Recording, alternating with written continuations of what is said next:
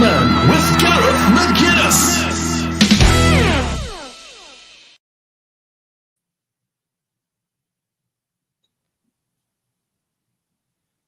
Oh, he's away, is he?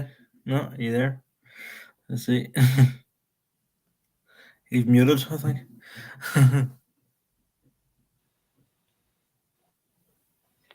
It's frozen again.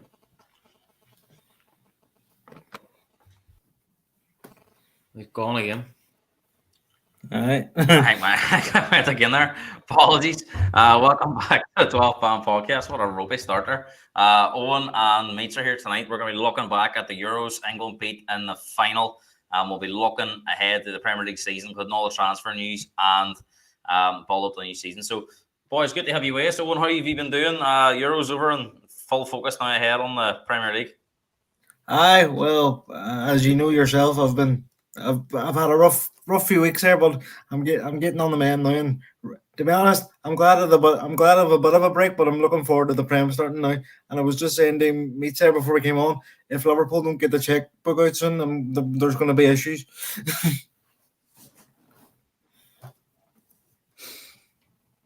Is he away again?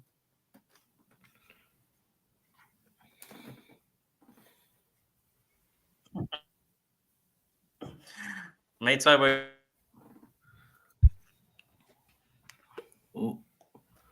Get away. I'm assuming he's going to ask me how about me, but I don't know. I think what we're saying, and then I think he's getting it like a couple seconds. Go ahead. Based on the Euros, brilliant. I thought it was a brilliant competition. Really enjoyed it. As I was saying, the only time I missed any games was when the last group games were played simultaneously, and you could only watch one. So I watched every single game that it was available, and really enjoyed it. And apart from a bad first half last night, turned out to be a good game in the second half. And it's just his own too. I won a few pound at Holland on a draw, so I got the semi-final and won a couple of spot prizes. So I ended up $950 last night off the back of the Euros. So happy enough with it. Can I say that's why you enjoyed the Euros? Because I don't think a lot of people did enjoy it, but they did enjoy Spain beating England last night, which it didn't really surprise a lot of people. I think everyone expected Spain to win on this side anyway. And England really fell short again at the big stage. So, Owen, what was your thoughts? I mean, England fans were confident, but the rest of the world all had Spain as favourites, and Spain turned up in the final, beat it, and they beat England comfortably in the end and only scored late, but it only really looked like one winner for a long way in that game. No, like I was just saying to Meets before we came on, like I think Spain were the best team out of the whole tournament.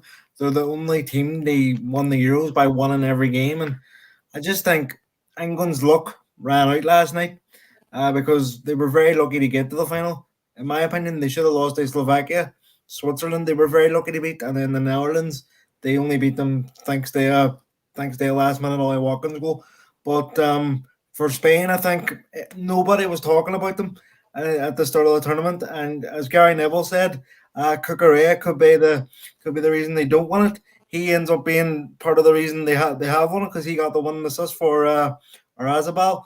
But I think Spain were worthy winners, and I don't think England can have any complaints because in the games I watched them, which was more or less every game, they didn't turn up in any of them really.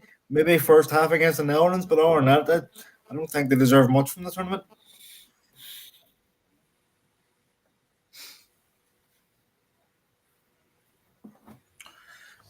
It's a good point, though, Max Mates. I mean, what was your thoughts on England's display across the Euros and, of course, last night? A wee bit, but they're very, very disappointed because, we watch the Premier League week in, week out, and we see how good the players individually, they have probably the best squad individually, on paper, in my eyes, they had gone into it. I fancied them for it from the start. They were awful. When you can't win tournaments or keep winning games, going a goal behind all the time, you know what I mean? And then I thought he just doesn't know his first 11. He doesn't, he stuck with Kane when I think it was a bad mistake. He tried Trent in midfield, Then every time he put Trent on the first 2 games, and his first substitution was to put Gallagher on and take Trent off. Then he put Manu on. He started Gallagher, took him off, and put Manu on. Then Manu started the next match, and he took him as his first substitution off. Do you know what I mean? And the game never changed for England, any of the games, until they made the substitutions of Palmer and lit in the second half of games, and that's where their goals came from. So I don't understand why he kept playing the same 11, because England didn't do nothing until they made the substitutions. But then the substitutions, even in the final, when Palmer scored, it left them wide open at the back. And this is a thing where he's trying to nullify. You know, I can understand what he was trying to do, but in my eyes, it's time for a new, fresh bit of blood up front. Like I think Harry Kane, it's not suited the English midfield to how he plays, dropping so deep and whatever. And they looked really good whenever dragging the Spanish defence left and right. But hey, other than that, there it was disappointing. He's gone again. As I say, we'll carry on. But hey, I thought they were disappointing overall with the players that they had, and I don't think he knows he's first 11. He's trying to fit boys in. Like these boys get in the first 11 and all their teams, and he can't fit them all in at the one time. So, and I don't think that Bush and throwing fucking pints at him and stuff like that there done any favors. Like, you know what I mean? It knocked the team's confidence too. He was booed. He was booed when his name was called out, wasn't he, in the Denmark game? Well, that's it. It's turned quite toxic now, isn't it? And I mean, where does it leave Southgate's future now? Because 4 tournaments, they've been beaten 2 finals, semi-finals, the World Cup quarterfinals, but 2 back-to-back defeats in the Euros finals. And you could argue in both finals they had the better players. And you know, even though Spain were seen as favourites last night, you probably look player for player. In fact, England had better players, and Spain produced one side of a performance where they go on the front foot, play as a team. England, again, it's individual moments. Palmer comes on, scores a great goal, but it was a real individual goal. Kind of like we see with Watkins in the semi-final, a penalty from Kane.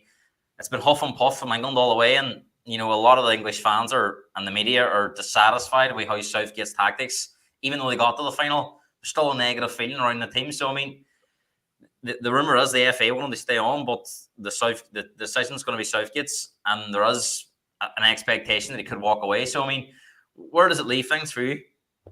I was watching Sky Sports this morning, and by all accounts, he wants a club job.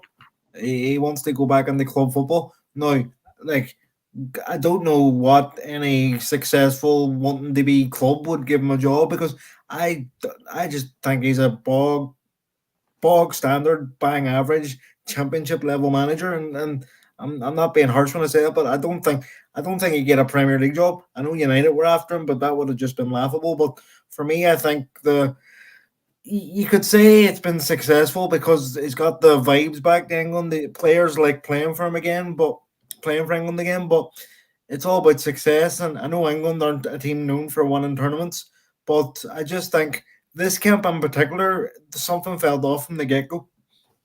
Mates, Owen's pretty harsh on Southgate there. I mean, would you agree? Or do you think maybe that criticism is a bit unfair? Because, you know, you look at England over the last 60 years, you know, since that World Cup one against Germany on home soil, you know, they've been the 2 European finals back. First time they've ever done that. And they also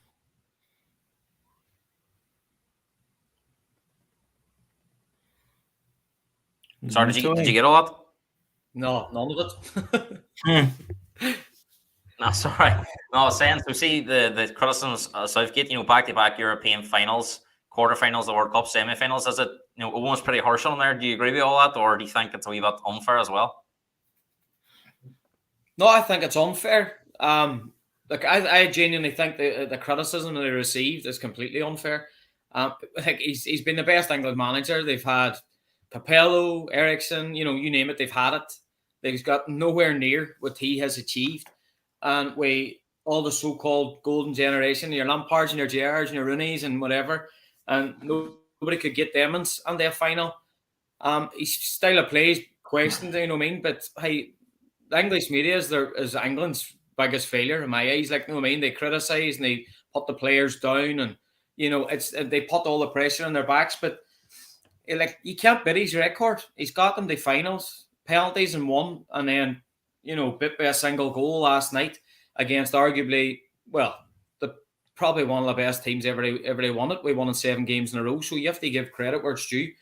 But I agree with you in the club sense. You put him on he's sitting there and he's got world class players all around him, so it's easy to kind of navigate your way around a tournament with the players that you've got, starting 11 and people coming off a bench.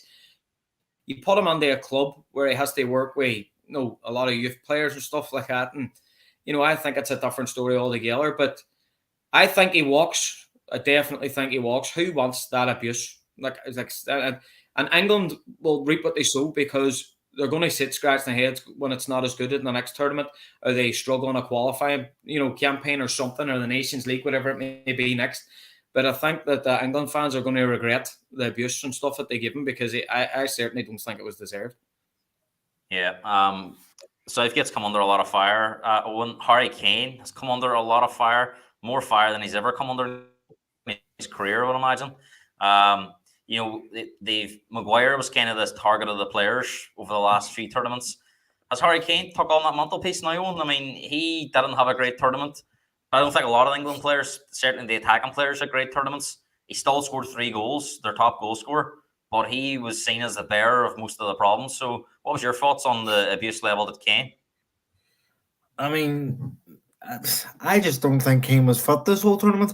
Like he didn't look himself. He came in with a back injury, did he not? Coming from Bayern. So I don't think it suits him having 2 number 10s. So I think he needs like 2 wingers beside him instead of 2 number 10s, like Bellingham and Foden were. He needs like an Anthony Gordon or a Saka. But yeah, because when he was successful at Spurs playing that role, Son was running on behind. There's nobody really doing that for England, is there? And he's not a striker that's going to run him behind. He's a striker that once he's back, they go and turn and shoot. So I do think some of the criticism is unfair. But as Meat said there, England fans and England media are quick to bag up their players, but they're also quick they bang them down a peg when they don't play well. As we've seen we Trent at the start of the tournament, they were begging him to play midfield, and they played 1 game on there. And ever since then, he can't play midfield, so they can't win. Yeah, Meats, I mean, in regards to Kane, was Southgate brave enough they drop him for any of the games? He wasn't playing well. Watkins scores the winner in the semi-final out of a goal and nothing. He does offer that threat in behind, although Kane might be regarded as a better player, the captain. But there is an argument that Watkins might have suited the players in behind better, the likes of Bellingham, the likes of Foden, the likes of Saka. Kane will want to play anyway, naturally. So it's not really his job to say, look, I'm not feeling the best. He'll want to play. He'll want to be the leader. Was Southgate brave enough to say, look, Harry, I think we might be better leaving you out, because, we have to try something different, and Watkins has made a good impact when he's come on in the games? Look, like straight away, right? You're not dropping Harry Kane. Harry Kane's Harry Kane. He's proved he's a world-class striker. He still scored. He must have Bayern's last 2 games, I think it was. So he's definitely carrying a niggle under the tournament. But he scored 40 odd goals this season. You can't drop that. So you can't blame him for not 45 for whatever. Hey, you can't drop that player of that quality. They didn't play to his strengths. But this is where it's what do you do? There's so many people. Every one of us will have a different 11 for England. Do you know what I mean? And every single person in the English media, pundits or whatever it may be, will all have a different 11. Nobody's going to get the same. Everybody's going to want Harry Kane to play. If Harry Kane's dropped, he's getting roasted. why is he not playing our captain, our 66 goals for his country, whatever? He cannot win. He was brave enough to take him off with 20 minutes, 25 minutes to go. So I think, but they weren't playing, as you say, Gareth, I don't think balls at the top, like for Sunday run on and stuff like that. They weren't playing like that. England never crossed many balls on the box either. Harry Kane's great in the air. So there's so many different things, but hey, we're all managers in our own heads, do you know what I mean? That we would all play a different way of football and a different brand of football. But I don't think if he drops Harry Kane, he gets absolutely crucified for it. He plays Harry Kane, he's still getting crucified for it, that he should have made changes and played. But hey, at the end of the day, what do you do? He can't win no matter what he does in my eyes. Yeah. Boys, quick question before we move on to Spain. Who do you think will be the next England manager if Southgate does step down on? Eddie Howe. Mates? I just the thing. I could see them going after Jurgen Klopp. Do you know what I mean? Mm. If he did step down, I could see them doing that. No, maybe just sounding it out. They see what the crack is. But other than that, the two stand out to me is Graham Potter and Eddie Howe, because they're like, Graham Potter's obviously available, and Eddie Howe would leave Newcastle on a heartbeat to go and take the England job. Definitely interesting. We'll probably get some sort of news in this in the next sort of 46 weeks once everything settles down. Let's speak about the winners of the Euros, Spain. Also, Argentina last night won the Copa America in the delayed kickoff. They won by 1-0 in extra time against Colombia. Boys, World Cup's 2 years away. We'll speak a wee bit about it. But I mean, you're looking at these Euros now and you're thinking Argentina are going to be the favourites. They've won back-to-back Copa Americas. They're the holders. Messi still seems to be going on, although he got injured last night. But there seems to be so many Argentinian players playing at the top level in the world, seem to play as a team, seem to enjoy it. But could this emerging Spain team be their biggest threat, someone, because it's a young team and they seem to have got away from that sort of tappy-tappy? Yes, they're playing good football, but they're not afraid to have a shot as well. And they've got that where they've replaced the technical of players of your Iniestas over the years and your David Silvas. They replaced them with like Yamal and Williams, pace and power, as he's just not afraid to shoot. So, would they be the two teams you think at the moment would be the two teams they beat for the World Cup? I mean, it's hard to say 2 years in advance, but if you look at Spain too, they were missing Rodri for a half yesterday. They've missed Gavi all tournament. Pedri missed half the tournament. So they had a good few injuries going on the tournament too. And I really like the balance of Williams and Yamal. I think they're going to be a big threat in the World Cup. But there's so many teams, and we're speaking about them. You can't rule out England either, because they are a young team as well. They still have Saka, Bellingham, Palmer, Trent. Even like they'll be a threat to Argentina. Brazil seem to be a bit of a mess at the minute. You know what? Uruguay really impressed me in the Copa America. Uruguay really impressed me. But I would say I agree with you. I would say Argentina will be the team to beat. But who knows? We could be talking about 2 years down the line. Someone else could be popping up. Yeah, Meats mentioned that there are 7 wins from 7 at the Euros for Spain, including ones against Croatia, Italy, Germany, France, and England. Arguably the 3 favourites before Germany, France, and England. Germany being the host nation, France being the team of the European team of the last sort of 8 years or so, getting the finals and winning the World Cup in 2018. And of course, England were the pre-tournament favourites in everyone's eyes. Certainly the English media's eyes anyway. I mean, mates, sometimes we always say that not always the best team wins these competitions, but I think it's hard to argue in this Euros that the best team, we've seen Greece won it. Portugal beat France, and France the year France should have won it. Italy last time out, people could argue that maybe Spain were better then. So, was it justified this time that Spain did win it?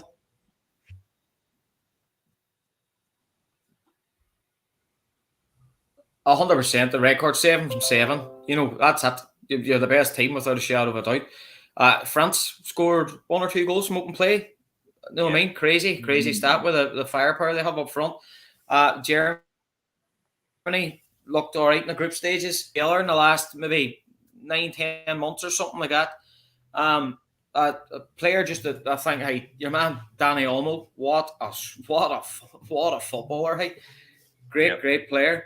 I would say Spain would be my favourites rather than Argentina, because this Spain team is so young and they're only going to get better over the next 2 years as these players progress. And as Owen rightly said, there are a couple of players that he called out there as well, just to add on that. And God knows what, I thought Spain weren't really a team known for the wide men, but them 2 boys, like your man Nick Williams and they were fantastic the whole time. They look so strong, solid in midfield. It'll be interesting to see what happens with. It'll be interesting to see what happens with Williams and Olmo over the next sort of. Olmo's got a buy clause until Friday for about 50 million. I heard Man City could be interested, and Williams as well as a 50 million clause. Williams is on the verge of joining Barcelona from what I'm hearing. Well, the problem being, though, Barcelona might be able to activate the clause. I think it has to be paid up outright, which is going to be the issue. this is what I don't get. Why are Liverpool not like here? Come on, you get like I don't I understand. think Olmo was the star of the show. He didn't actually start at the very start I as well. that's He what was like important goals. that's He's going to go to Man that's City why I probably. mentioned him there. I thought he was outstanding. Strong links with Thought Man he was City. outstanding. That is a worry. That's a worry for the teams that are looking to beat Man City this year. Boys, final questions on the Euros World Cup. Owen, the Euros started well for me. I know Meat says he enjoyed it there, but it might have been something to do with lifting that bet at the end of it. That's why he enjoyed it. But there was a real lull from sort of the final group games, the last 16, possibly even through the first couple of quarterfinals, where there wasn't many goals. There's not a lot of jeopardy with the 24 teams. You only really need 1-1 to get out of your group. And then now we're hearing about this 48 team World Cup in 2026. Is there a real danger if we're diluting the quality of these competitions and you're inviting? I know it's great having more nations personally for themselves, but in terms of the actual standard of the games, is it taking it away from what it used to be? And you think about the Euros when it was 16 teams, and you always had two strong teams in every group, and they all wanted to try and finish first. They get an easier draw in the quarterfinal stage. The World Cup's going to have. You're going to have the top 2 in every group going through, and the 12 best third teams. So you're going to have a very similar format. What do you expect of this next World Cup when it comes around? God knows it. It depends on the quality of teams that get through, isn't it? But I do agree with you that I enjoyed the Euros at the start, but I definitely think that the quality drop off in the quarters last 16 to the quarters was big. But with this 48 team World Cup, I definitely agree that it's diluting the quality because no disrespect to the nations, and I probably include Ireland in this, and no disrespect to the nations that never really qualify, but nobody wants to see like a Bolivia versus Qatar or something like that. So like it's hard getting the It's balance. not even just the group stage one, as you say. I think as well, Meets. We've seen a lot of your Slovakias, your Slovenias, your Georgias all making it out of their group. And therefore, when they play a power nation like a Spain and England, a France, they're only going to do one thing. And they're going to sit back and say, break us down, because player for player, they're nowhere near the level. So it almost makes it like a training session game, when it requires the power nation to get an early goal and maybe put 3 or 4 past them. Whereas we've seen in some of the England games and the French games when they were playing teams that these teams are putting 11 men behind the ball, and it was very difficult for the so-called better teams to break them down. Whereas when the Euros and the World Cup was slightly smaller group, you had a lot more teams fancying themselves against their opposition. We didn't really see that to the quarterfinal stage, hence when the games got better. So, same question to you, is there a real danger this next World Cup? There's going to be a lot of games where it's going to be very much attack v defence, and all the onus on the attacking team to get an early goal. They make it a proper spectacle. Well, as you say, like it's going to be a lot of dead wood football games, just that you're, and you have to remember too, it's in America and Mexico, so you have to take on heat and stuff like that there, that these wee teams aren't going to be used to playing, and there's going to be all that altitude stuff and all going on depending on where they're playing. So, I can understand trying to give the smaller nations a go, because there's teams out there have never ever qualified for a major competition. Their fans are never ever going to experience it, so it kind of opens it up fat there. But it's just a lot of dead games, as you say. All you really need to do is one game, and then to give 12 third best placed teams, a go again. And the only group game that really had 2 big hitters in the Euros was the Holland and France group. Where normally it wasn't like that. So it was, you expected them 2 straight away to get out of their group. So that I can understand, but some of them games at the very start, Gareth, you're on about there, like they were entertaining, the Georgians and the Romanians, like they were entertaining games. At the very start, the quality kind of dropped when it got down to the business end. It was the bigger teams having to play each other. That's when I think, as you say, when Georgia were playing the likes of your Turkeys and Slovenians were playing the Ukrainians, they probably fought 50-50 games on paper. So it was a bit more entertaining. But as soon as Slovenia or Slovakia played in England,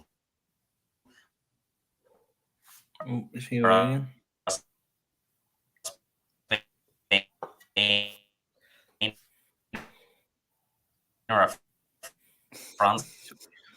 The I think he's automatic away again, is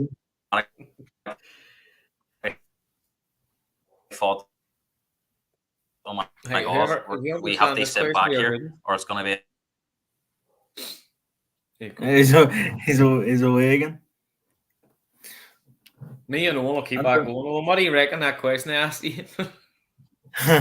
No, I think it was when the small nations play like a Spain or someone, they have to sit back. But I do agree with you, when the small nations were playing each other, it was more entertaining because fair enough. Then the small nations when they play like England, have they sit back or they're going to get battered?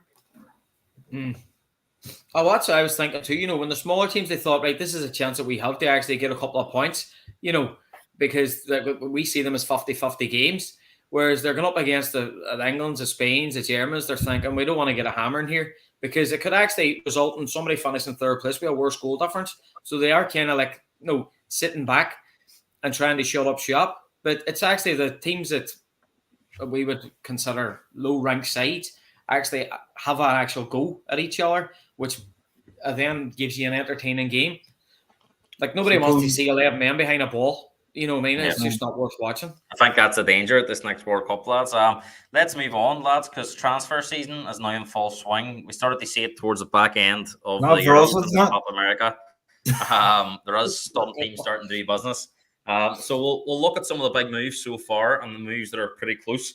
Man United confirmed in the last couple of days that they signed Joshua Zirkzee from Bologna, and they're very close. We're hearing they signing dilute. Owen, what would be your thoughts on those two coming on the Man United? I'm not going to lie, I haven't seen much of Zerky, so I can't really give you a full thought on him. But again, he's kind of in the Hoyland mode where he's high potential and where he's going to get better for the years. And Dilute, I don't know about Dilute. I think he's very overrated. He couldn't even get into the Dutch team, like. Yeah, But I suppose very opposite signings. You say, Zirkzee, one we full of promise. Let's probably go on the United to try and get his career back on track. Mates, what would be your thoughts with them two? Worry as a Liverpool fan going to United? Not how they also signed Johnny Evans. Just remember that as well. So they re-signed him on a 1 year. Nice. So no, it wouldn't scare me. I say the Lit was talked about all throughout Europe. Everybody was looking for his signature. And he hasn't had the best season, as I say, no Dutch call up or whatever. But was he injured towards the Well, start he as well? got that big money move to Juventus that didn't work out. He's been to Bayern Munich, and he's actually towards the back end of the season. Him and Dyer went from being third and fourth choice to first and second towards the end because Upamecano was having a nightmare, as was Kim. But Tuchel was kind of searching for his centre back pairing. Not to say that those were his preferred two, but I think he just stuck on them two towards the end. But as you say, I think the Lut's got a lot to prove. And as you say, Zirkzee, Owen, very unproven, but there is some talk about him potentially being top level. Probably one of the biggest stories in the last few days was Aston Villa agreed a 15 million deal for Everton's Andre Onana. Didn't have the best Euros with Belgium. Belgium were pretty poor, but a lot of talk about Onana before he came to Everton. And, we've seen Arsenal linked a few times, and he went to Everton for somewhere in the region of 27 million just 2 years ago. And he nearly got double the money here. We're hearing 50 million with potential 5 million in add-ons. So, big money, but Villa aren't afraid to spend, as we've seen over the years. If that's what 50 million gets you nowadays, then I don't know, because yes, he's a big frame on him. He's a strong boy. He's good in the air, but I just don't see it with him. And you notice a lot of these deals are being done by teams like who need financial help, and they're doing it with each other, which that's just dodgy. But like on the Onana one, I fair enough. Is he going to replace Douglas Luiz? I don't see it. I don't know. I think Villa could have spent that money elsewhere, to be honest. Mate, same to you. Owen makes a good point. Villa and Everton have done business a few times this summer now. Players going the opposite way. But Onana, 15 million, possibly rising to 55 million. A lot of money. And you think about they sold that Douglas Luiz for somewhere around half of that. So, and he was one of their better players last year. So, big shoes for Onana to fill and Douglas Luiz. Definitely. As you say, that I couldn't believe it when I seen him in the starting lineup for Belgium. I genuinely couldn't. I thought, what is going on here? Maybe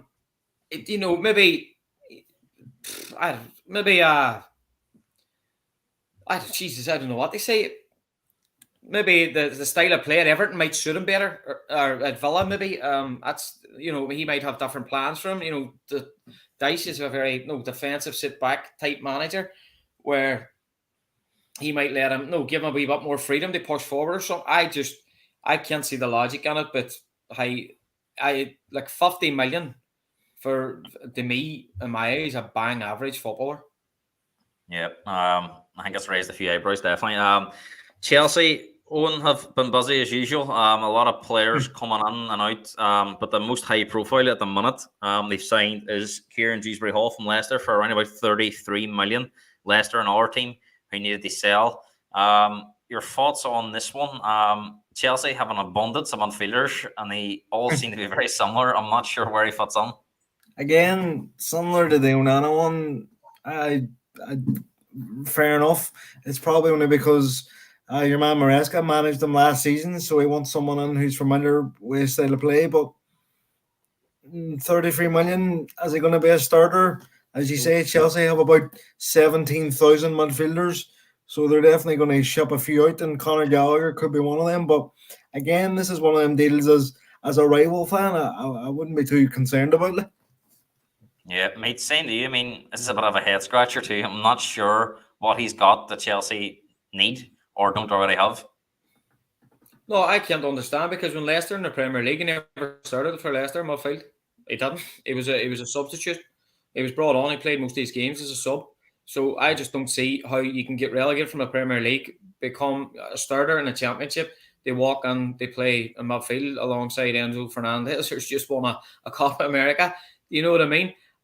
Absolutely, guarantee he does not start a game in the Premier League. He'll play on a Tuesday, Wednesday night in a cup game, but I just don't see. Obviously, Maresca's come on and he's probably gone, I will let you go, but look, you need to take one of our boys to get us a lock up. I would say like a conversation like that has had to happen. It has to, because it absolutely doesn't make any sense. He's not young either. Like, when I looked at his age, I thought he was like 23, 24. He's nearly 27, is he not? But is it like he's a homegrown player? Is it maybe because they need so many English players or something? It could be something along that. It would seem the signal if he's coming under with Gallagher, English player for English player, maybe Gallagher can move on. But at the minute, no one near Chelsea's valuation at £15 million for Gallagher. So I would take Gallagher over Dewsbury-Hall any day. Well, Chelsea won £50 million. Speaking of big money transfers, Spurs signed Archie Gray from Leeds for £40 million. A lot of money for an 18-year-old one. Just turned 18 in March. A lot of pedigree in the Gray family, especially for Leeds. This kid's talked about as being potentially, one of English greatest young talents at this age, but a lot of money, and very unlike Spurs to go and spend this amount of money on a youngster. Owen, your thoughts on this deal? Because I know I can't lie, I only watched butts of him last year when Leeds were on the TV, but this is a big step up, and from what I'm hearing, Spurs see him as part of the first team plans this season, so it's not going to be bad none. It's going to be very much straight on the first team. I am the same as you. I've only seen snippets of him when Leeds have been on the TV, but he is very highly rated. He had a lot of teams after him. It looked like he was going to go to Brentford at one point. I think Liverpool have monitored him for a few years. But he's apparently you say Liverpool and Spurs were the team that watched them, the two teams that watched them the most times apparently last year. That's Liverpool. But we watch. We don't buy. We just watch. But no, for Spurs, it's a big deal. And what I have seen of Archie Gray, he can play in a variety of positions. So he can play as an 8, he can play as a 6, and he can play as a right back. So it'll be interesting to see where he fits in at Spurs. But if Spurs see him as a starter, like, you're not paying 40 million for an 18-year-old if you're not going to start him. And so for Spurs, I think, as you say, he's going to be part of the first team plans. Yeah, meets as Owen says, Spurs don't part with 40 million lightly. and they spend on an 18-year-old. Do you see him being thrown under the deep end this year and expected to be playing? And is that a risk for a player that's played in the Championship and could be thrown under a team like Spurs who'll be pushing for Europe and expectations will be a lot higher? I don't think. Look, hey, if you're good enough, it doesn't matter your age. End of story. You see now a 16-year-old running riot in the Euros. You know what I mean? So I just don't. Age for me is nothing. For anybody to say, "Oh, he's up and coming," or he already must be there, or thereabouts, because Ange Postecoglou is going to be, monitored closely this year by everybody out, media and whatever, and he needs now players. He doesn't need players for 2 or 3 years down the line. That's my view on it. So he clearly thinks that this young fella is good enough and he's going to go on there, because, as I say, he can't buy players for 2 or 3 years' time. He's going to be scrutinised big time this season as soon as it starts. Yeah, Spurs' North London rivals, Arsenal, are amidst of a fire sale at the moment. A lot of dead wood being shifted out the door. Tavares went today. Lukonga went yesterday. Area, there's clubs at the table. Arsenal. Sorry? They've turned down Emil Smith-Rowe buds from Crystal Palace and somebody else too today. Turned down 2 buds today, from Fulham and Crystal Palace for Smith-Rowe. So, again, there's interest there. Talk of Ramsdale possibly being moved on. And Keria and another one. So it seems as though they have been in talks for a couple of weeks for the left back, centre back from the Italian national team, plays in the Serie A. I think it's Calafiori. Calafiori plays for Bologna. So somewhere around 50 million euros. But it seems very much so Arsenal are going to have to raise funds to go and attack the market like they want to, compared to previous years where they've went out and just splashed it. So Owen, how worrying would it be for the likes of Liverpool and Man City if Arsenal were to shift a lot of these players in the squad that they don't really see as part of the future out, and were able to go and spend it on the likes of Calafiori and a striker? They're after a striker and possibly a winger as well. Nico Williams is one of the players being linked. I mean, would that be a worrying sign for Liverpool if Arsenal were able to shift these boys out and get better on? 100%. Like I wish Liverpool were getting rid of some of the boys that we don't necessarily need, but I would get a reach. What for Liverpool? I think the problem is Smith-Rowe's his injury record. But Smith-Rowe was sort of in the Saka mold a few years ago. He was sort of going to be the next big thing coming out of Arsenal, but I think he's only played 2 or 3 games in the last 2 years or something, hasn't he? He hasn't played a lot of football, but I think a move to Crystal Palace would be very good for him. Like I think, especially under Oliver Glasner's new style of play. Meets some same question to you. I mean, if Arsenal were here and they're trying to raise around £100 million from these squad players, would that be a big threat to Liverpool if they were to go out and then have £100 million to go out and spend it on a striker, for example? I think it's a threat to anybody that wants to challenge for top 4 in the Premier League, go for European places.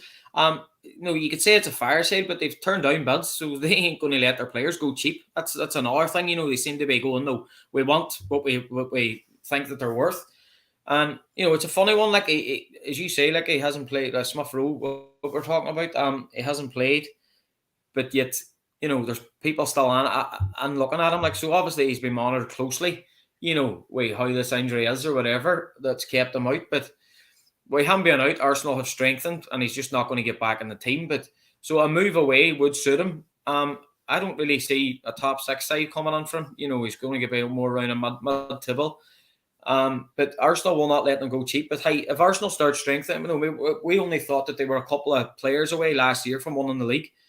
You know what I mean? So if they get the money, and like 100 million, get you 2 decent players now in this day and age, probably, or else 1 decent player, depending on where they're looking to strengthen.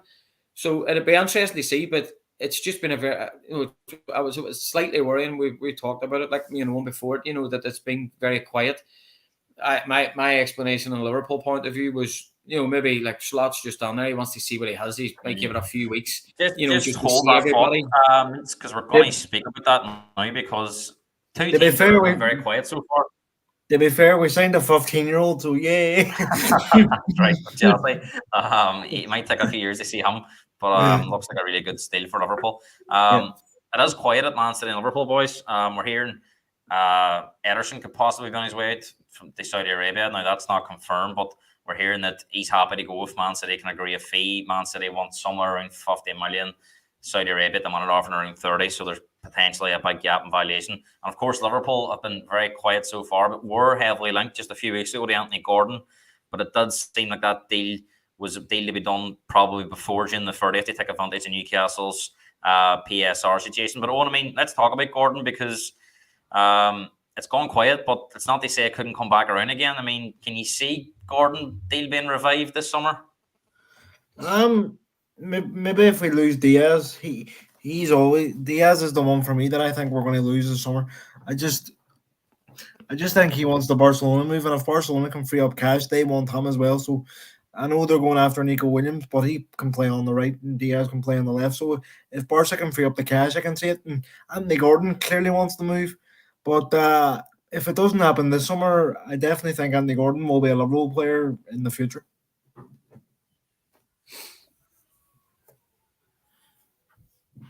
Oh, is he gone again? No, is there?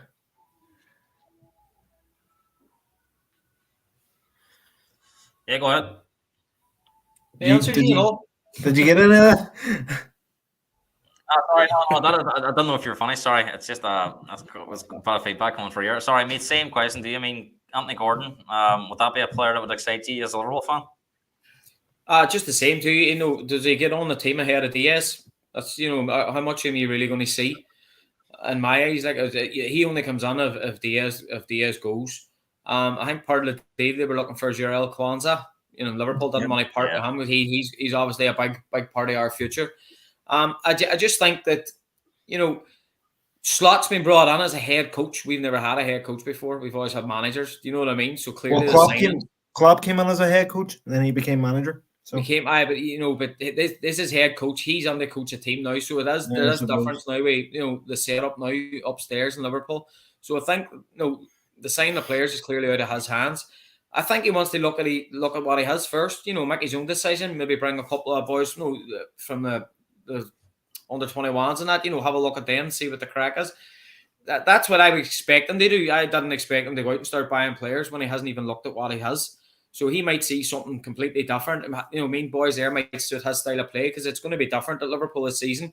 Very much attacking, but there's going to be a lot of different work off the ball and stuff, and movement and stuff. So which hasn't really been our thing before. So it's going to be interesting to see. But I do think I don't want to be getting into this situation where we're coming towards the end of the season, a week out, and you're starting to panic buy. You can't afford to be doing that there. You have to get on, and you've only got a couple of weeks to basically know your weaknesses and strengths where you have to, because panic buying now, if you don't get off to a good start, our first 6 games are very kind to us.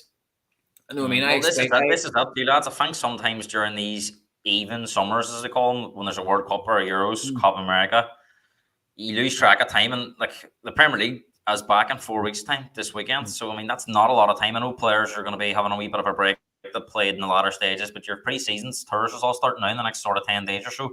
I'm not talking about the Mickey Mouse friendlies at the start where you play maybe teams around you. I mean, the ones you go to America or you go to South Korea or you go to Australia, Japan, wherever you're going. That's kind of the big, when all the big stars come back. You've only got 2 or 3 games. You might play one home game before the start of the season then in front of your home fans, and before you know it, you're kicking that ball. For you, for example, at Portland Road, and Spurs going to Leicester, and these are difficult games. First, you're playing a team that's going to be up for bouncing. We've seen it before, so it is important for teams to do business, boys. Before we go off, we'll spend about 10 or 15 minutes here just chatting about the top 8 from last season. Just briefly, not much to go on, obviously, as we said, it has been quiet so far. We'll just sort of look at the big talking points. Big talking point around Man City, of course, as this could be Pep's last season. He's made no secret of that. It doesn't look like he's going to sign a new contract. Will he go out with a bang, or will we see maybe what happened to Liverpool towards the back end of the season, where sometimes when they know a manager's going, how much do the players will they go for it? And even in Man City's case, you could say it'd be an even greater expectation because they've won everything. So what motivation really is there? I'm sure Pep will have them whipped up from the start, but as the season goes on, if it's not going well, you wouldn't see past Man City's players been on the beach early. So, boys, what do you think about it? One, how dangerous will Man City be if this is Pep's last season? I mean, Pep's a winner. Like Pep's relentless. I don't think even if he says if he came out tomorrow and says I'm leaving Man City at the end of this season coming up, I think he would have boys whooped on the ship from the start of the season, going right, we go again. I'm going at the end, but I'm not letting you drop a second. So I just think it'll be majority of business as usual if Pep goes, which I think it will be his last season. If you're asking my And I opinion. mean, two of the more important players for Pep and his time has been Kyle Walker and Kevin De Bruyne. And it looks like they're maybe dropping off a wee bit. Walker's being beat more often. The Trent Walker thing now has probably never been more jeopardy in it than there is now after the tournament Walker just had. So are we seeing the back end of this Pep cycle now that, can Walker and De Bruyne do another season like they've had in recent years? And if them two aren't at it, that's two big players for them that's been part of Pep's whole time at Man City. You asking me or? You one, sorry. It's a weird one because they are getting older, and as you say, like Walker had a stinker of a tournament, which I was glad to see, to be honest, being a Liverpool fan. But like, it seems I saw a thing today. It's like if Walker wasn't pissed, would it be lamented as one of the best? But he seems to have lost a yard of piss at the minute, and De Bruyne too. He had a decent start to the Euros, but he just looks off it. I think, and I wouldn't be surprised if near the end of the window, Saudi come in and try and take him, because I think he's ready to sail off into the sunset and make up a big bag of money before he retires. Yeah. There's definitely looks like the injuries are catching up with De Bruyne meets. Walker had a really poor tournament. I mean, you couldn't never have seen that happening a year ago. What happened last night where Cucurella bit Walker to the ball. He's never would have seen something like that happen. We seen only 18 months ago at the World Cup and in the Champions League that Walker was keeping up with Mbappe. And now all of a sudden that doesn't seem to be there as much. And I don't know where the media, the talk of Trent's got something to do with it, but definitely seems like Walker's lost a lot of confidence as well. And you think about the three players we talked about there, De Bruyne, Walker, and Ederson could be going to Saudi Arabia. Three of Pep's sort of, they've been stalwarts for him, and the charges are still hanging over them. Is this the beginning and the end for this Pep and Man City cycle? I think so. I'm only saying that because I think that he definitely goes at the end of the season. I think De Bruyne is far too injury prone. I thought he looked shattered at the Euros. I thought he really looked tired. He wasn't doing his, pinging balls left, right, and centre. He wasn't doing that. Like, he just looked, even looking at him, the sweat was dropping on him. He looked very, heavy legged and deep breathing and stuff. And I think it is just, you can't miss 4 or 5 months of a season. No, especially the last couple of seasons when he's had big injuries and he's been out and just come back. So I do think, and he's made no secret. He did say in an interview that he would be open to go to Saudi Arabia a month or so back. So I do think, and the Kyle Walker thing, he was at fault for 2 goals last night at the game. It was basically his fault. All the stuff in his personal life that's been well documented hasn't been easy. He's had a lot of scrutiny with what he's been up to air. And then just obviously just a lambasting them with it. Do you think Man City are vulnerable this season? We're talking about Arsenal. We'll speak about Arsenal in a minute. But if they were to go and strengthen, if Liverpool strengthen, I don't think Man City's out of reach for these two teams. You see, do Man City want to give Pep a bundle of cash and he's not going to be there next season? Do you know what I mean? No, do you want to go out there and have a new manager come on then? This is a thing where, what do you do as a club owner? Do you give him his hundreds of millions and say, right, go you ahead and sign, and then we bring somebody on then, they don't want these players, and they've just put them on a 5-year deal, it's fucking $200,000 a week. So I just do think that, I don't, Man City is obviously Man City, do you know what I mean? But I can't see where the agent side, where like the Walkers and the De Bruynes and the Eders, I can't see the usual after Christmas going on a 15-match unbeaten one. I can't see that happening next season. I can't see Haaland staying there either. Like I think he wants to go and try different countries. His father said that. Like, so I think Haaland could be away too. Like, I don't think he'll go next summer, but he will. I don't think Haaland will be there for 10, 15 years. Like, yeah, it's about 12 months ahead for Man City, no doubt. This is about Pep having to sort out. Hopefully it ends with him getting dissolved. Well, that's like key players getting older, and obviously the charges. So it's going to be an interesting 12 months. And that leads us to Arsenal, lads. Second, 2 years in a row. This is going to be Arteta's 5th full season at Arsenal this year. He's been there 5.5 years. Only the one FA Cup to show for it, and that was in his first season when he came on during the COVID year. And he hasn't taken the cups well seriously. And even in the Champions League last year, it wasn't the Bayern Munich of old. They were there for taking. They didn't get over the line. Didn't get over the line the last 2 league titles, although they definitely put up a better fight last year. Oh, and does he have to deliver now? He spent a lot of money. We're hearing that they're going to shift a lot of the squad players out. They bring better players on. And there's also the fact as well that if they didn't want it this year, and Man City won it again, and then Pep leaves, and Man City get charged, even if Arsenal already won it then, it probably wouldn't have the same glamour attached to it as it would when Pep's here. So how important do you think it is for them this year and Arteta that he delivers minimum a domestic trophy, and if not, the league? No, for me, they have to win one of the big two, the Champions League or the Prem. As you say, he's only won one FA Cup in 5 years, and that was sort of the stick that people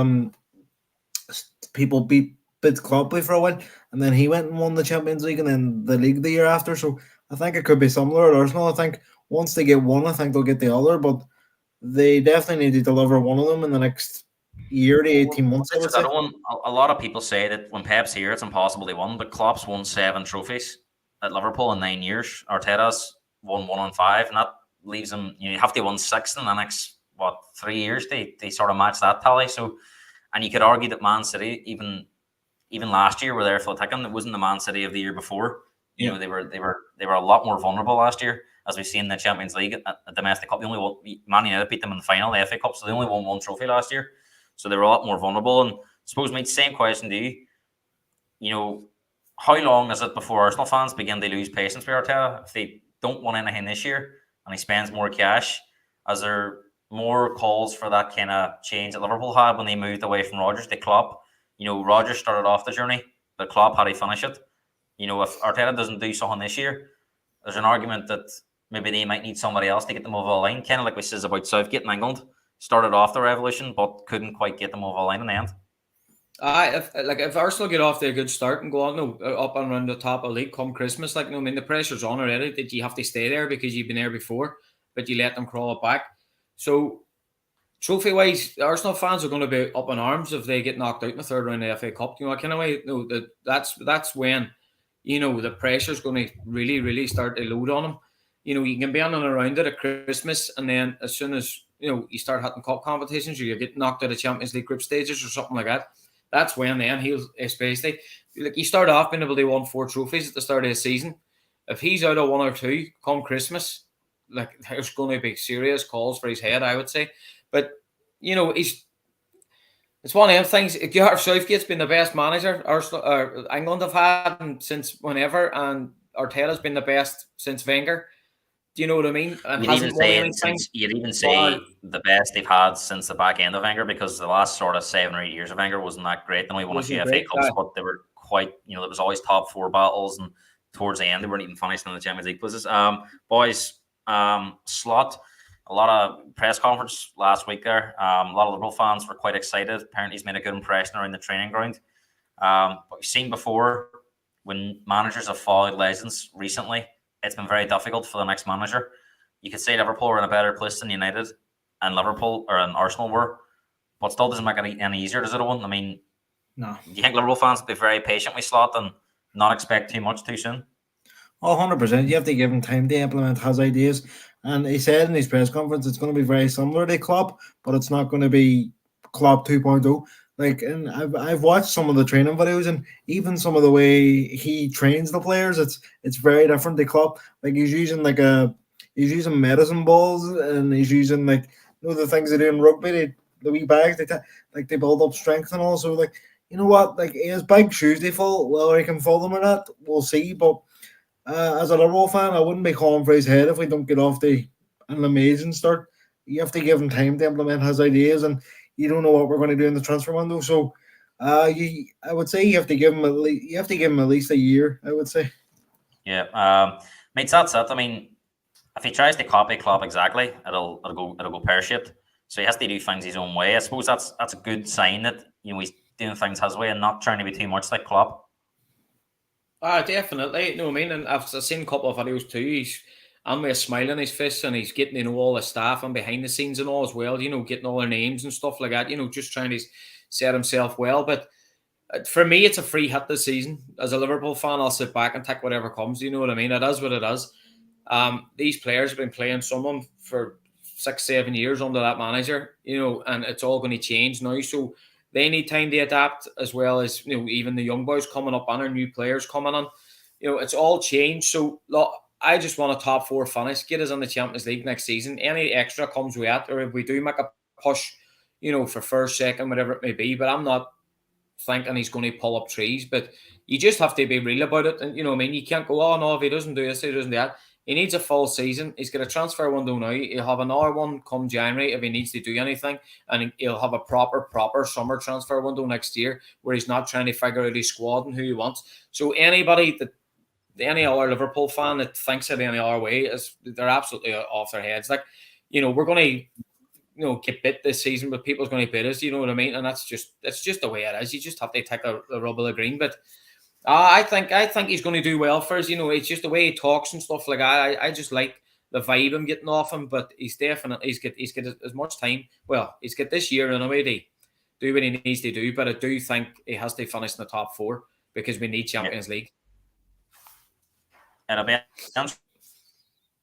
interesting to see what happens now. Like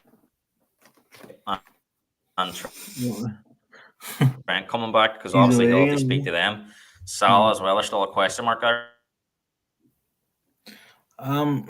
Sorry, well, just for get that me, voice. No, some of it. The last bit I heard was Salah, and that was it. It's just basically sorry about has to meet Van Dijk and has to meet Trent, and Salah's there now as well. Be interested to see what happens over the next sort of couple of weeks, because you'd imagine they have to sort this out before the end of the transfer window, because always these players are running on the last year of their contracts, aren't they? Yeah.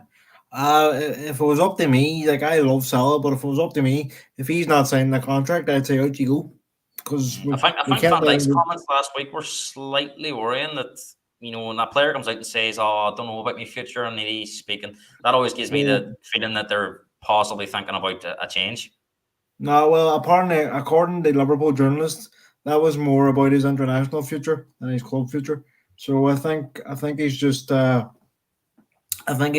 to that he mightn't play for the Netherlands, so we can focus on club. But we'll see. He's another one who's on the last year of his contract. For me, the one we need to get sorted is Trent. They are two. Trent's in his prime. They are two are coming to the end of their careers. Trent's the main one for me. Yeah. Let's talk about last season's 4th place team, Aston Villa. I suppose the big question mark is, can they do what Newcastle didn't do, and that's cope with Champions League football? I mean, and in almost a way, is this Champions League finish hundreds of times? Because Newcastle have went from Champions League football, they have absolutely nothing this season, and they've all these problems with PSR as well. So I mean, Villa's another team that's been rumored to be on the breadline of it as well. So what do you expect from Villa this year, Will? Pretty similar to Newcastle. I think they'll find it tough with the Tuesday, Wednesday, sometimes Thursday. We're hearing the Champions League's going to be on this year. So, and of course, it's going to be a new format. So you're going to be playing tougher games. Then I know Newcastle had a hard group last season with PSG and Dortmund and AC Milan, but with this new Champions League format, it's going to be harder games. So you're not going to be able to have the options. They rotate as you were in previous years. So I think Villa could be on with a tough season, but I think that also is why they're making moves in the transfer market. Yeah, mate, same to you. I mean, you predicted last year Newcastle were going to struggle after the Champions League, and especially when you seen the groups, you says this is going to be very tough because they're going to have to play their best team Saturday, Wednesday, and I caught up with them. They were decimated by Christmas.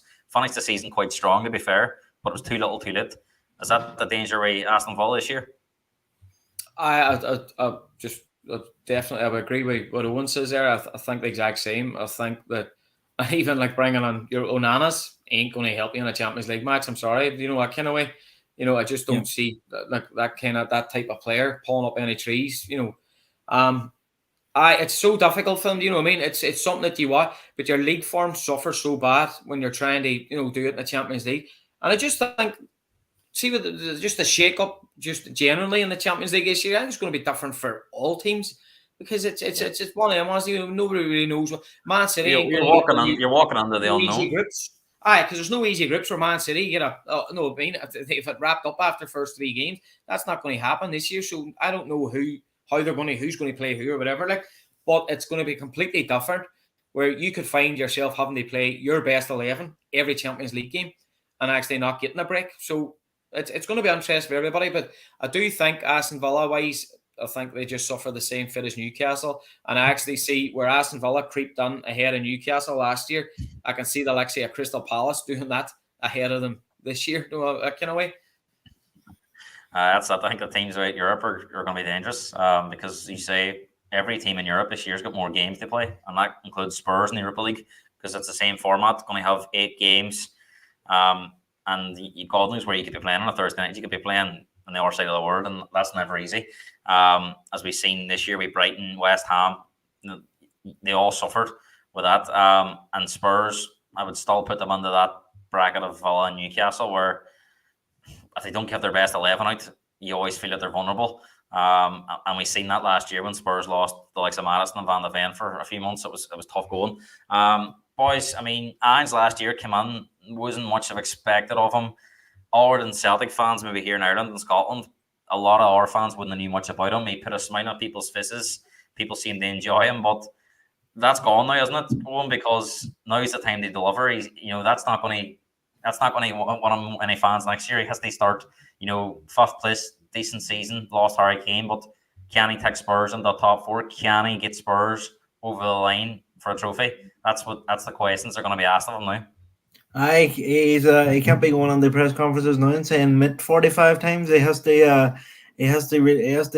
buck up or show up now. He has to for Spurs because as a Spurs fan, like you are dying for a trophy, and I think Spurs wouldn't even care if it was the League Cup or the Community Shield at this point. I think Spurs just want silverware, and I think he has the man to do it. But I think if, as you say, if Spurs don't have their best 11 out, then it's a rough watch for Spurs fans because he just doesn't seem to want to deviate from his style of play. And are we going to see that again next year where Spurs are involved in 4-3s, 4-4s, like mad scoring games? And as I said a lot of times last year, that's not sustainable. And it's not sustainable for the old Spurs fans' hearts, I would say. Made says last year he thought he would do quite well. And to be fair, I think if he had a sizz when Spurs sold Harry Kane 2 days before the season started, 5th place, you were only 2 points behind the team that finished 4th. I think a lot of Spurs fans would have said that would be a good season. They didn't know anything about Ange. They were disgusted with the style of play, as Jared Dolan says. He wrapped up his season pass.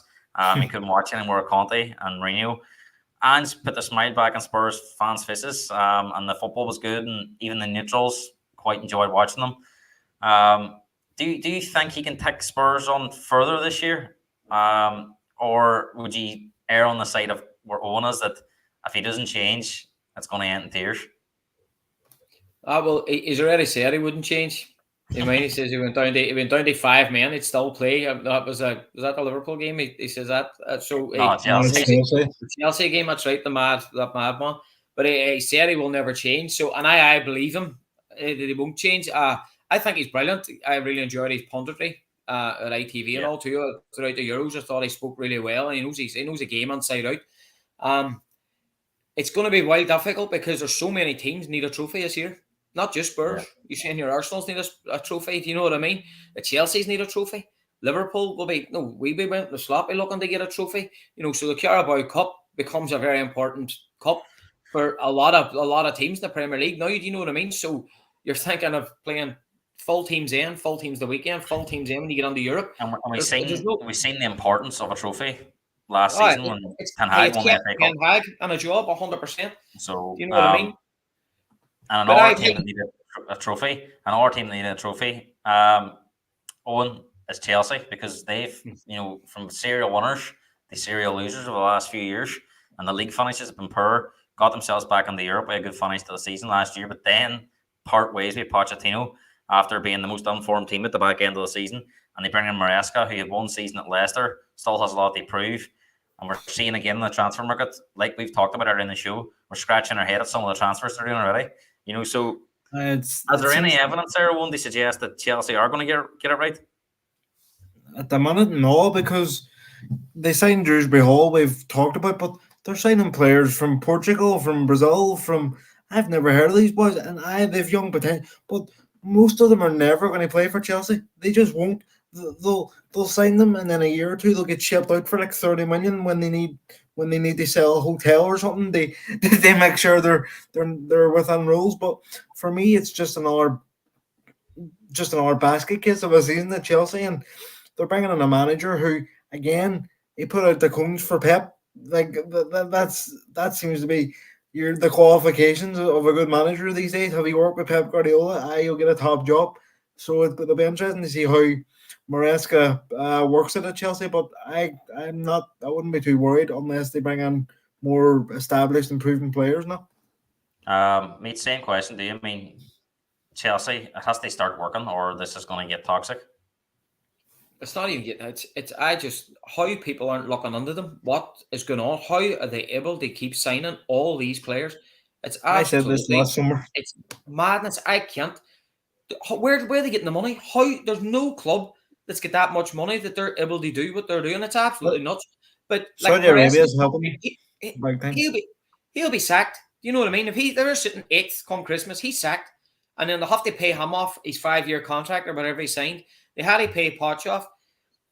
Why they sacked him is beyond me, but he obviously didn't want to be there either. I think it was more of him maybe wanting out.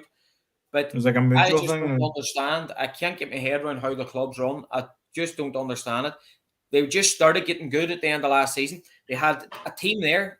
I don't even think they needed to sign anybody this season or this summer, because they've already had a crop. Like they've got tons and tons of players for any manager to walk in and work with. And your man, as Owen says there, he's got this job based on you've worked with Pep Guardiola. That's the kind of style of play we want to implement in our club. That's the kind of football we want to see. But that's not how it works. You've got a guy coming on there, right? And you've got all these egos, and that the players just choose not to listen to him if they don't want to. You know what I mean? He's not a big manager. He's not somebody that's known for handling high-profile players or anything like that. But if it's sitting 8th come Christmas, he's sacked, and Chelsea's back to square one again. Final two questions, boys. They've signed a boy from Fulham as well, haven't they? Adebayo, forgot about him. Free transfer. Final two teams, lads. Eric Ten Hag signed a new contract. Well, a contract extension, which basically means there's still room there to possibly relieve him if it doesn't go well. When this Destroys come on, I think that's damning that there's a manager there ready to take over should they need an interim halfway through the season. Owen, will that be the catalyst for success at Man United, that FA Cup last year, or is it really short-term lived and will Ten Hag will be sacked early? How do you see it going this year for United? It's hard to know, isn't it? Because when they first came in, they were doing well. They got a few bad turns, but last season there was just a toxic feeling around the club. They had a lot of injuries, and it seemed. I honestly thought even if they won the FA Cup, I thought he was gone. But I definitely think if they hadn't won that FA Cup, we would have been talking about a new manager. But can he prove the doubters wrong? I don't know. I don't know, to be honest, but he's a better structure above him now than he had last season, and he doesn't seem to have much say on transfers these days. Although the two players that they've signed is Dutch, which might point to the contrary. But it depends what they do in the rest of the transfer window. I know they're looking for another centre back. They're looking for Brantwaite off Everton, but I can't see that happening now because they've got 50 for Onana, and they're looking for the young boy Euro, isn't it? The Liverpool of the link way. And they're looking for Ugarte from PSG, so they are in the market. But I don't know. I just don't think Ten Hag's that good of a manager, and that could come back to bite me this season. But I generally don't. Yeah, mates. About Ten Hag got that contract extension, but it's only one extra year, and this is Van Nistelrooy's there waiting to come on. So still wouldn't fill you with a lot of confidence that they believe Ten Hag is the man. They take him forward.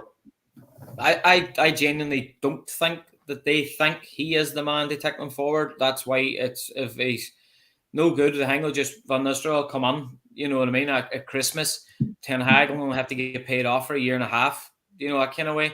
And the warning sign already was for me that they've got him to sort out his difference with Jadon Sancho straight away without an apology. Whenever Ten Hag says he wouldn't be back unless he apologised, he hasn't apologised publicly. So therefore, Ratcliffe has said, listen, you get this sorted out now. He wants Sancho back at the club and ready for whenever Van Nistelrooy or whatever takes over after Christmas. I genuinely think that's what's going to happen. At the end of the day, too, I don't really think there was anybody out there who like everybody's struggling. There's no managers. Like Liverpool we done our business early, getting Slot. Well, we announced that he was going, so we had Slot lined up, and that was months in advance. Where who's out there? There's absolutely no managers out there. Seen a lot of teams taking punts on these younger, unproven managers. Boys, final question. With all these teams in Europe, are Newcastle the favourites for that 4th spot? If we're assuming that City, Arsenal, and Liverpool will be the top 3 again, are Newcastle the favourites for that 4th spot? Not for me, no. I still think they could have a bit of a hangover, and God knows they could still lose some players. Like they're not fully cleared of their PSR roles yet. I don't think. Maybe I'm wrong. I think they still need to clear a few. But if we spoke about it earlier, if Liverpool sell Diaz, going for Gordon, like they could lose one of their big players, and Isaac as well has been heavily linked to move away. So also as well, if Southgate was to go, then Eddie Howe were here would be the favourite. So that'll be interesting. Meets final thoughts to you on the show, Newcastle. How do you see things going for them this year? No, I think Eddie Howe's out of a job very, very soon. Your woman Amanda Stavely and her husband have left the club, sold their stake. So it's completely now Saudi. You know what I mean? When they were the big backers, are getting Eddie Howe in. So I do think that there's going to be changes. Newcastle relatively early in the season. And as Owen says there, I think if Southgate announces in 2 or 3 weeks' time that he's gone, I think it's very easy I think Eddie Howe becomes a favourite and moves on into that job. And Newcastle, again, there's nothing really happening there. They're all buying players off one another to keep each other right. Yeah. So Newcastle have all this money, but they haven't bought any big players. And Arsenal probably go after Isak. Yeah. Ben. Oh no. Interesting to see what happens in the next few weeks. Boys, thanks for coming on. Really good show. Enjoyed having you. Thanks for coming on the first podcast of the season. We'll bring you on in a few weeks' time because we're going to do what we did last year again. The buy, sell, and swap at Liverpool to see what he's can come up with this year. We'll give it a few more weeks to see what kind of players he's been linked with. Because he's actually done quite well last year because most of the players he were selling actually left. But the podcast is back, boys. Season is about 4 weeks away, so it won't be long before we're talking about the games. If you're new around here, make sure to like and subscribe for more content. And we'll see you in the near future, boys. Thanks very much. Cheers, Gareth. Well, Gareth. Cheers. Right on. Right, mate.